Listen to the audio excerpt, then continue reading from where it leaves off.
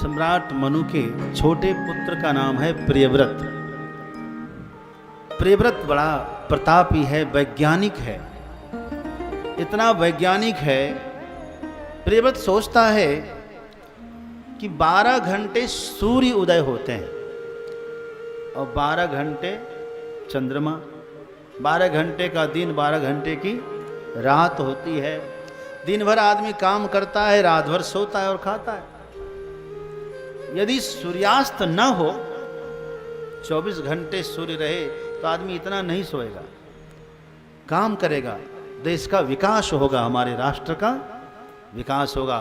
इसलिए सोचो, इस समय लाइट है भारत में, लाइट न रहती तो विकास इतना नहीं होता है कि नहीं।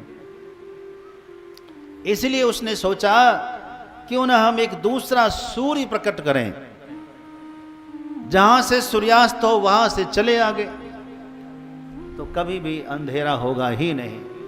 ऐसा उन्होंने निश्चय करके तपोबल से खोज करके एक द्वितीय सूर्य का आविष्कार किया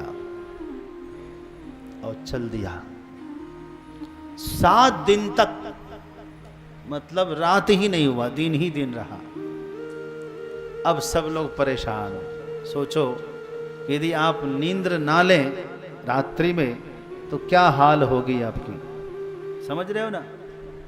सोना जरूरी है कि नहीं। एक आध दिन 2 दिन तक तो आप जग सकते हैं, खूब बढ़िया संगीत वंगीत हो तो, लेकिन 2-3 दिन जब हो जाए तो कुछ भी हो जाए, आगे सामने कोई भी आया हो, आदमी पहले सोएगा। जरूरी है। सब परेशान हो गए। तब ब्रह्मा जी ने कहा कि भाई ये छोड़ो, ये नहीं चलेगा, रात्रि जरूरी है। और सब ने समर्थन किया। तब उन्होंने छोड़ दिया और फिर से यथावत रहा। विश्वकर्मा की पुत्री बारहस्मती से और विज्ञानमती से उनका विवाह होता है। बारहस्मती से 10 पुत्र हुए। सबसे बड़े का नाम है आग्निद्र, और इसमें 3 पुत्र उत्तम, तामस, रैवत, ये तो मनवंतरों के अधिपति हुए। और खूब प्रचार प्रसार किया।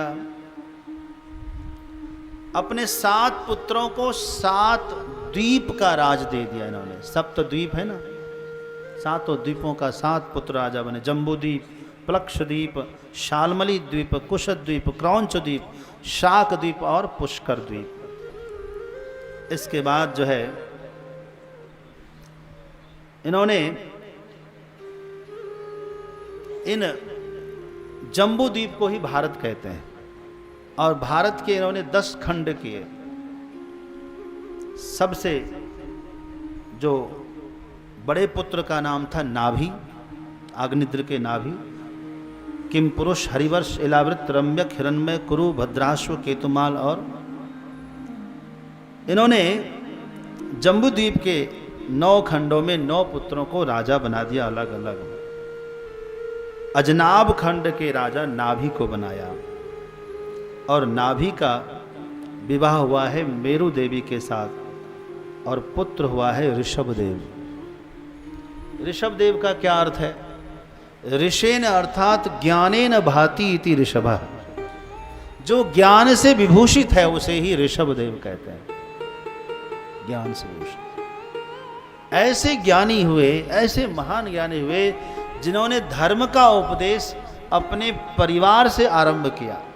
पुत्र को ही ज्ञान दिया पहले, और कहा नायम देहो देह भाजाम निर्लोके कष्टान कामान अर्हते विद्भुजाम। ये हे पुत्रो, यह मनुष्य का शरीर सुख और दुख भोगने के लिए नहीं मिला है। हाँ, क्योंकि यहाँ दुख सुख मिश्रित होता है और सुख दुख मिश्रित होता है।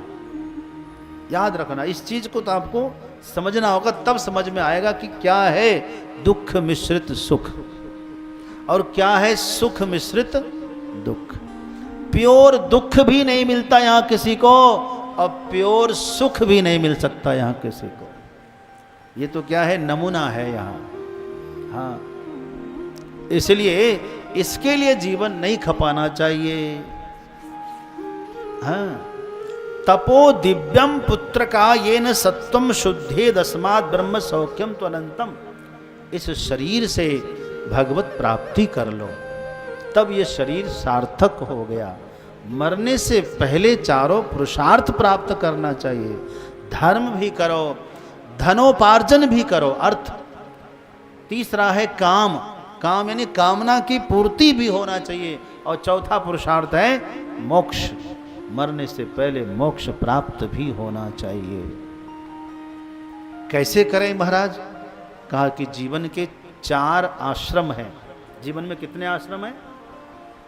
हमारी आयु 100 वर्ष है ना, इसको 4 भाग कर दो।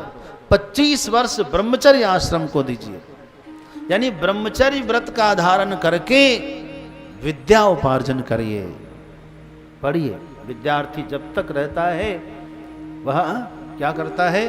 ब्रह्मचर्य का पालन करता है। अच्छा जरा विचार करना, जब तक आदमी पढ़ता है, लड़का हो या लड़की, उसको क्या कहते हैं? कुमार कहते हैं। क्या कहते हैं? कुमार। और लड़की को कुमारी। तो कुमार का मतलब क्या है?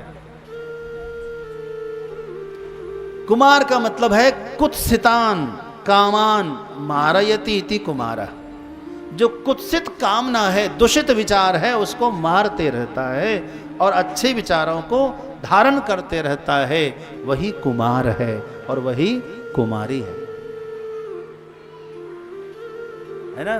पहले पढ़ाई करने का उम्र है तो केवल पढ़ाई करता है, कुत्सित विचारों को आने नहीं देता, कुत्सित कामनाओं को आने नहीं देता।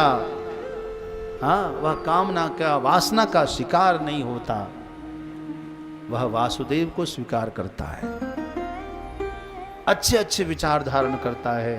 जब पाणी ग्रहण हुआ, जब विवाह हुआ, तो फिर 25 वर्ष तक गृहस्थ आश्रम में रहता है।